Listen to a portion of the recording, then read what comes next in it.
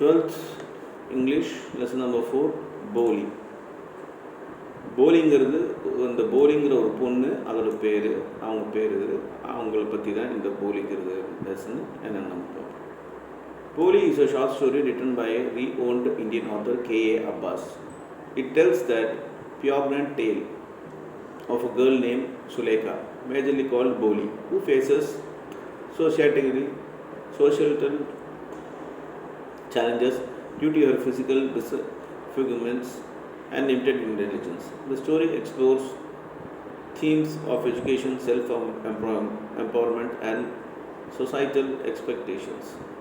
As Bholi embarks on a journey of self-discovery and transformation through the character of Bholi, Abbas shed lights on the struggles faced in marginalized individuals in the traditional society and the transformative power of education and self-confidence. The story captures the reader's empathy as it unfolds Bholi's journey from the timid girl to the more confident and empowered young woman. So இந்த கதையில் பார்த்தீங்கன்னாக்கா சுலேகாங்கிற பொண்ணு அவங்க வந்து போலின்னு கூப்பிடுவாங்க. இந்த கதையை முதல்ல எழுதுனவர் K.A. அப்பாஸுங்கிறவர். இவர் இந்த கதையில் பார்த்திங்கன்னா அந்த சுலேகா, அதாவது போலிங்கிற அவங்களுக்கு ஏதோ ஒரு ஃபிசிக்கல் சேலஞ்ச் இருக்குது. அந்த சேலஞ்சஸ் மூலமாக பார்த்திங்கன்னா இந்த சொசைட்டிலையும் சரி, அவங்க எஜுகேஷன்லேயும் சரி, அவங்க எப்படி மேலே மோட்டிவேட் ஆகிட்டு முன்னேறாங்க, என்னென்ன தடைகள் அவங்க வந்து அனுபவிக்கிறாங்க, இதெல்லாமே இந்த கதையில் அவங்க இந்த ஆத்தர் வந்து சொல்கிறார். கடைக்கு வைப்போம். She was the fourth daughter of Numbender Ramlal. When she was 10 months old, she had fallen off a cot and on her head and perhaps had a damage some part of her brain. That was why she remained backward child and came to be known as Bholi the simpleton. So இந்த குழந்தை, அதாவது இந்த போலிங்கிறவங்க பார்த்திங்கனாக்கா நும்பேதர் ராம்லால், அவங்க அப்பா பேர் நும்பேதர் ராம்லால், இவர் வந்து அவரோட 4th குழந்தை, 4வது குழந்தை. இவங்க சின்ன வயசில் இருக்கும்போது, அதாவது 10 மாதமாக இருக்கும்போது மேலேருந்து கீழே விழுந்து, காட்டிலேருந்து கீழே விழுந்து இவங்க தலையில் அடிபட்டு பிரெயினில் கொஞ்சம் பார்ட்டில் அடிபட்டுச்சு, டேமேஜ் ஆகிடுச்சு. அதனால் அப்போலேருந்து பார்த்திங்கனாக்கா இந்த குழந்தைய வந்து பேக்வர்ட் சைல்டு அப்படின்னு சொல்ல ஆரம்பித்தாங்க. ஸோ இந்த இடத்துல முதல்ல ஒரு 2 மீனிங்ஸ் கொடுத்துருக்காங்க. டிஸ்ஃபிகர்ட் அப்படின்னா பிளெமிஷ்டு, பாஸ்பரஸ் அப்படின்னா ரிச்டு. Second paragraph. At birth the child was very fair and pretty, but when she was 2 years old she had an attack of smallpox.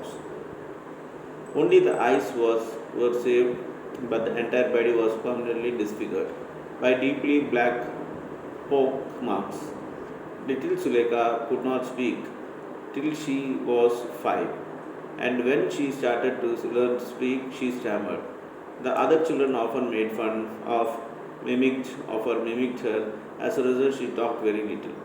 So இவங்களுக்கு அடுத்தது பார்த்தீங்கன்னா 5 வயசு இருக்கும்போது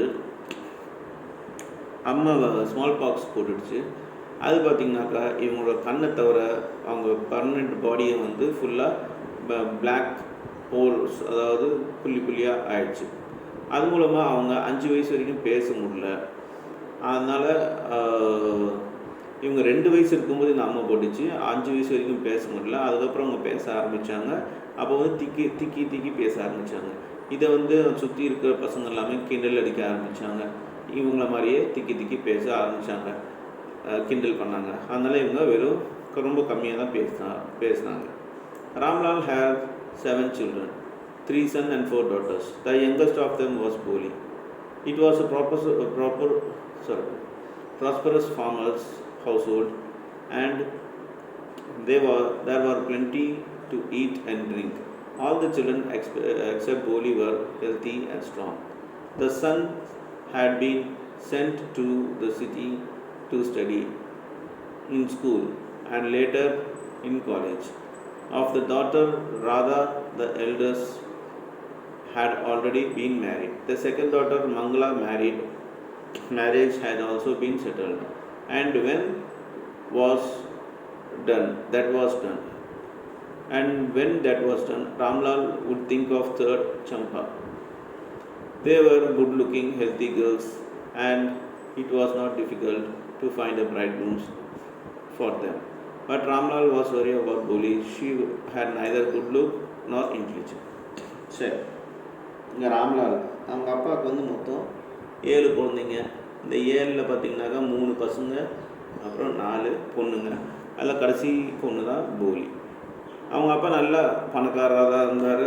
ஸோ சாப்பிட்றதுக்கு எந்த ஒரு பஞ்சம் இல்லாமல் நல்லா சாப்பிட்டு வந்தாங்க. எல்லா பசங்களும் நல்லா ஹெல்த்தியாக ஸ்ட்ராங்காக இருந்தாங்க. பட் போலி மட்டும் ஸ்ட்ராங்காகவும் ஹெல்த்தியாகவும் இல்லை. எல்லோரும் சிட்டி ஸ்கூலில் காலேஜில் படித்தாங்க. அதோட போலியோட முதல் அக்கா ராதா வந்து ஏற்கனவே மேரேஜ் ஆகிருந்தது.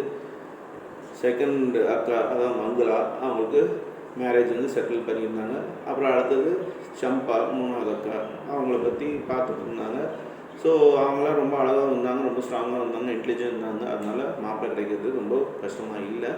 ஆனால் ராம்லாலுக்கு போலி பற்றி தான் கவலையாக இருந்துச்சு. ஏன்னா அவங்க குட் லுக்கிங்காகவும் இல்லை, அதை விட இன்டெலிஜென்ட்டும் இல்லை. அதனால் யோசிச்சுட்டு இருந்தார். Section 2.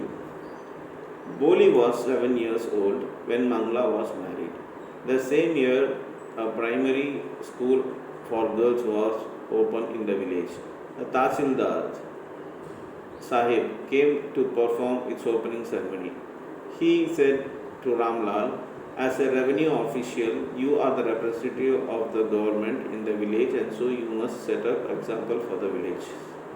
You must send your daughter to your school. That night, when Ramlal consulted his wife, she cried, "Are you crazy? If girls go to school, who will marry them?"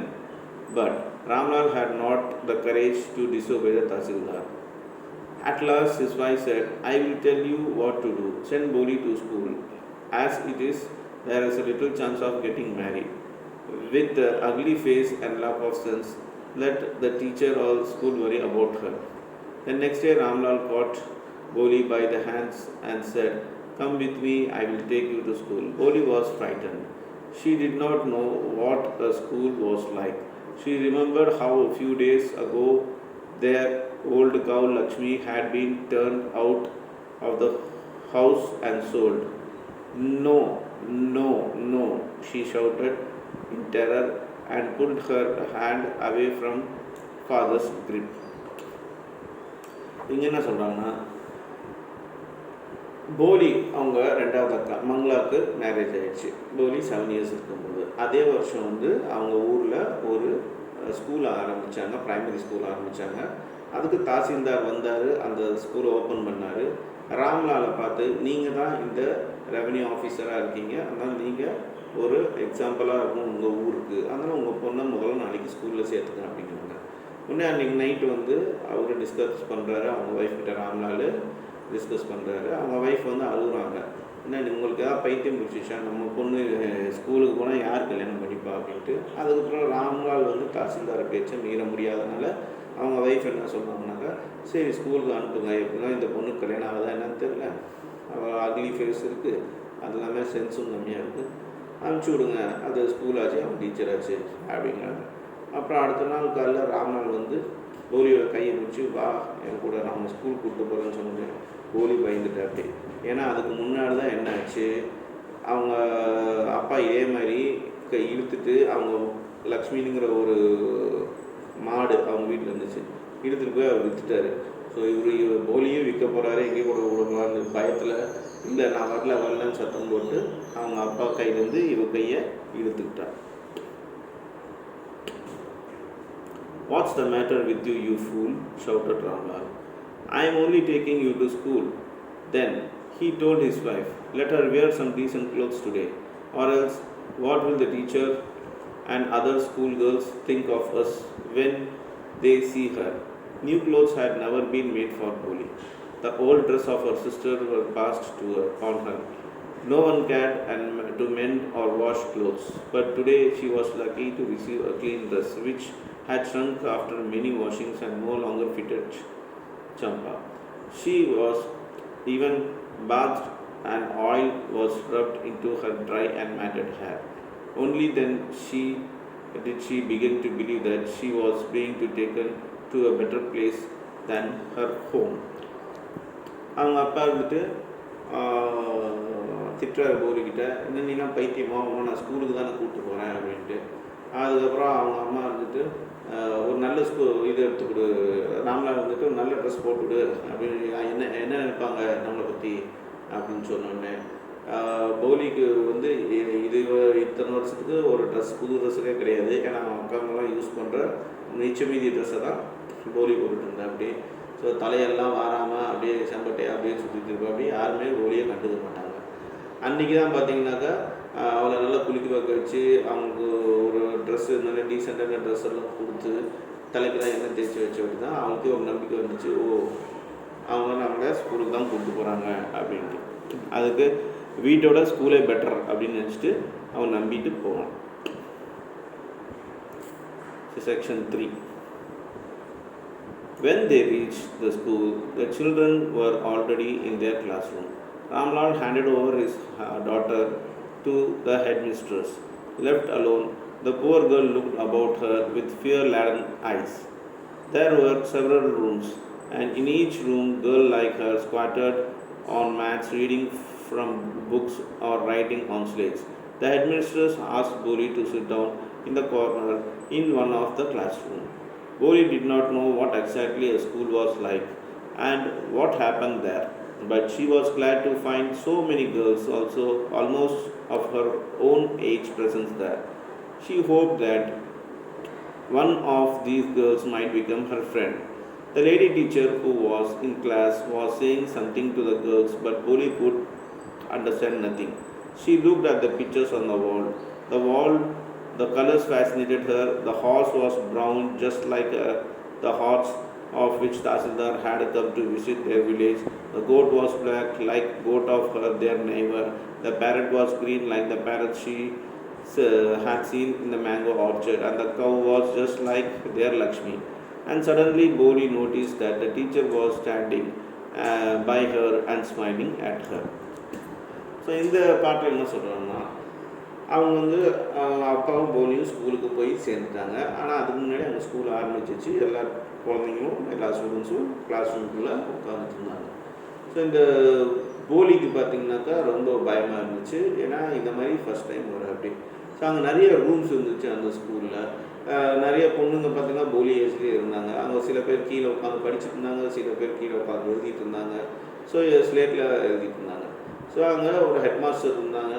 அவங்க போலியை வந்து ஏதோ ஒரு கிளாஸ் ரூமில் ஓரமாக உட்காந்துக்கோ அப்படின்னு சொன்னாங்க. அப்புறம் போலி வந்து எக்ஸாக்டாக ஸ்கூல்னால் என்ன, அங்கே என்ன நடக்குங்கிறது போலிக்கு தெரியாது. ஸோ அங்கே பார்த்த அப்படி இந்த பொண்ணு மாதிரியே போலி மாதிரியே நிறைய குழந்தைங்க நிறைய பொண்ணுங்க அங்கே இருந்தாங்க. ஸோ அவங்களுக்கு ஒரு நம்பிக்கை இருந்துச்சு, சரி நமக்கு யாரோ ஒருத்தங்களாவது நம்ம கூட ஃப்ரெண்டாக இருப்பாங்க ஆயிடுவாங்க அப்படின்ட்டு ஒரு நம்பிக்கை இருந்துச்சு. அப்புறம் அவங்க கிளாஸில் பார்த்திங்கனாக்கா அவங்க ஒரு டீச்சர், லேடி டீச்சர் இருந்தாங்க. அவங்க வந்து ஏதோ ஒன்று சொல்லிட்டு இருந்தாங்க அந்த ஸ்டூடெண்ட்ஸ்கிட்ட. ஆனால் போலிக்கு சுத்தமாக புரியல. ஆனால் போலி வந்து அந்த கிளாஸில் இருந்த செவுத்தில் இருந்த கலர்ஸ் எல்லாம் பார்த்து ரொம்ப ஃபேசினேட் ஆன அப்படி. ஏன்னா அங்கே ஒரு ப்ரௌன் கலர் ஹார்ஸ் வரைஞ்சிருந்தாங்க. அது தாசில்தாரோட ப்ரௌன் கலர் ஹார்ஸ் மாதிரி இருந்துச்சு. அங்கே ஒரு பிளாக் கலர் கோட் வரைஞ்சிருந்தாங்க. அது வந்து பார்த்திங்கனாக்கா இவங்க பக்கத்து வீட்டு காரங்களோட பிளாக் கலர் கோட் மாதிரி இருந்துச்சு. அங்கே ஒரு பேரட்டை பார்த்துருக்கா அப்படி. பேரட்டை பார்த்தா அப்படி அந்த பெயிண்டிங்கில் இந்த பேரட்டு பார்த்திங்கனாக்கா இவங்களோட தோட்டத்தில் அந்த பேரட்டை பார்த்த மாதிரியே இருந்துச்சு. அதேட்டம் ஒரு கவு வந்து அங்கே வரைஞ்சிருந்தாங்க. அந்த கவு பார்த்திங்கன்னா இவங்க வீட்டு கவு லக்ஷ்மி மாதிரியே இருந்துச்சு அப்படின்னு சொல்கிறாங்க. இப்படியே நினச்சி பார்த்துட்டு இருக்கும்போது டக்குன்னு பார்த்தா அங்கே யாரும் நின்றுருந்த மாதிரி இருந்துச்சு போலி சைடில். அது யாருனாக்கா அவங்க கிளாஸ் டீச்சர் பார்த்து ஸ்மைல் பண்ணிட்டு இருந்தாங்க. அதை நீங்கள் பிக்சரில் பார்க்கலாம்.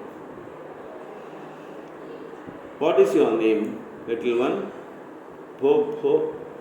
Hope she could stammer no further than that. Then she began to cry and tears flowed from her eyes in a helpless flood. She kept her head down and she sat in a corner, not daring to look up at the girls who she knew were still laughing at her. So அவங்க miss வந்து உங்கள் பேர் என்ன கண்ணா அப்படின்னு கேட்கும்போது அவரால் சொல்ல முடியல. போ அப்படின்னு ஸ்டாமர் தான் பண்ண அப்படி. அதுக்கு மேலே சொல்ல முடியலன்னு தெரிஞ்சவொடனே கண்ணில் தண்ணி வந்துச்சு. அப்படியே கண்ணில் தண்ணியோட எதுவுமே ஹெல்ப் தன்னைத்தானே ரொம்ப வருத்தப்பட்டுட்டு தலையை குமிஞ்சிட்டு அப்படி தலையை குமிஞ்சிட்டு ஒரு ஓரமாக போய் உட்காந்துட்டு அப்படி எனக்கு தெரியும் எல்லா அடுத்த ஸ்டூடெண்ட்ஸும் போலியை பார்த்து சிரிச்சிட்டு இருப்பாங்க அப்படின்ட்டு அது ஏற்றுக்க முடியாதுன்ட்டு. When the school bell rang, section 4.4, when the school bell rang, at the girls scurried out of the classroom, but Bholi dare not leave her corner. Her head still lower, she kept sobbing. Bholi, the teacher's voice was so soft and soothing. In all her life, she had never been called like that. It touched her heart. Get up, said the teacher. It was not a command, but just a friendly suggestion. Bholi got up. Now tell me your name. Sweat broke out over her whole body. Who would her stammering tongue again disgrace her? For the sake of this kind woman, however, she decided to make an effort. She had such a soothing voice, she would not laugh at her. Po, po, po, she began to stammer. Well done, the teacher encouraged her. Come on now, the full name? Po, po, Bholi. At last, she was able to say it and felt relieved after it, if it was great achievement. Well done, the teacher patted her affectionately and said, put the fear out of your heart, and you will be able to speak this like this everywhere else. Bholi looked up as if to ask, really? So இங்கே என்ன சொல்கிறாங்கன்னா, school bell அடிச்சிருச்சு. School bell அடித்தோடனே எல்லா பொண்ணுங்களும் கத்திக்கிட்டு அவங்க வீட்டுக்கு கிளம்பி போனாங்க கிளாஸ் ரூம் விட்டு. ஆனால் போலி மட்டும் அவங்களோட இடத்துலையே ஒரு கிளாஸ் ரூம்னா கார்னரில் உட்காந்துருந்தாங்க, தலையை குந்திட்டு உட்காந்துருந்தாங்க. அப்போ போலிங்கிற ஒரு சத்தம் கேட்டுச்சு. அவங்க டீச்சர் வந்துட்டு ரொம்ப மெதுவான சாஃப்ட் வாய்ஸாக கூப்பிட்டாங்க. அப்புறம் அந்த வாய்ஸு போலிக்கு ரொம்ப பிடிச்சி போயிருந்தது. அதுக்கப்புறம் பார்த்தீங்கன்னா கெட்டப் எந்திரிக்க சொன்னாங்க. இது அவங்க கமாண்டாக சொல்ல ஃப்ரெண்ட்லியாக சொன்னாங்க. அதேட்டம் அந்த போலிங்கிற பேர் ஃபஸ்ட் டைமு யாரோ ஒருத்தவங்க அவங்கள பார்த்து சொல்லியிருக்காங்க. அதனால் அது ரொம்ப அவங்களுக்கு பிடிச்சி போச்சு.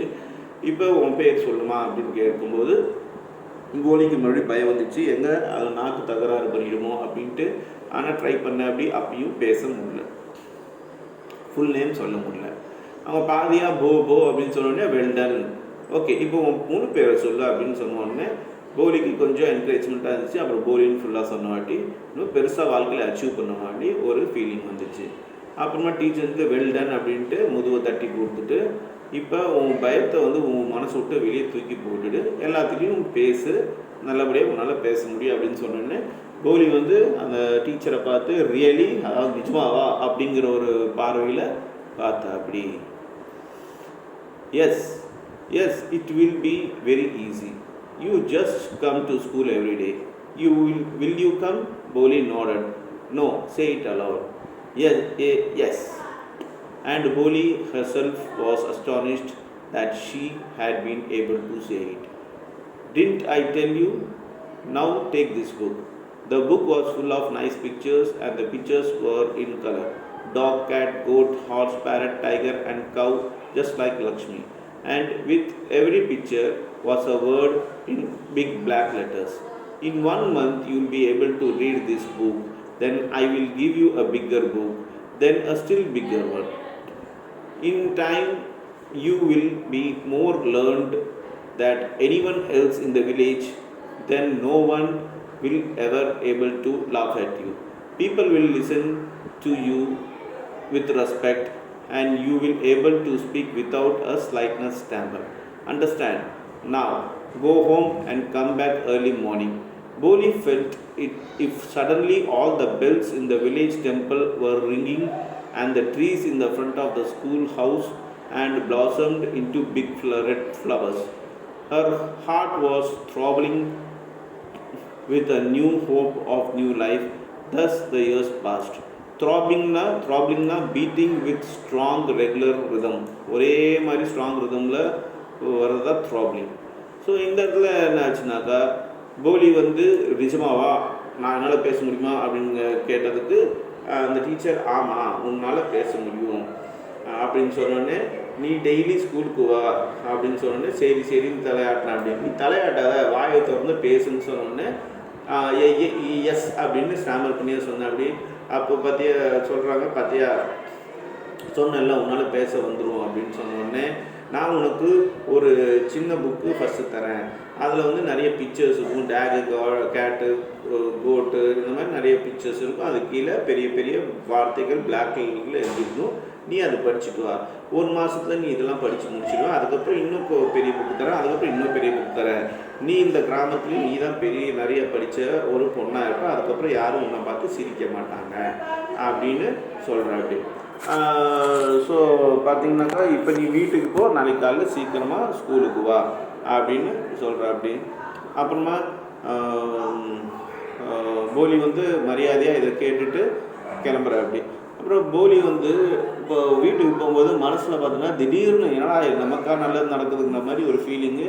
அதாவது வில்லேஜில் இருக்க கோயிலில் இருக்க எல்லா மணிகளும் கேட்குற மாதிரி ஒரு சத்தமும், அவன் மனசுக்குள்ளே ஒரு ஃபீல். அதாட்டம் ஊருக்குள்ளே இருக்க எல்லா மரத்துலேயும் ரெட் கலர் ஃப்ளவர்ஸ் மலர்ற மாதிரி ஒரு ஃபீல். அவ்வளோ சந்தோஷமாக அந்த ஹார்ட் பீட் வந்து ஒரு விதமோட போயிட்டு இருந்துச்சு அப்படின்னு சொல்கிறாப்புல. அந்த ஃபீலிங் அவ்வளோ நல்லா இருந்துச்சு அப்படின்னு சொல்கிறாங்க. அதாட்டம் வருஷங்கள் அப்படியே போயிடுச்சு.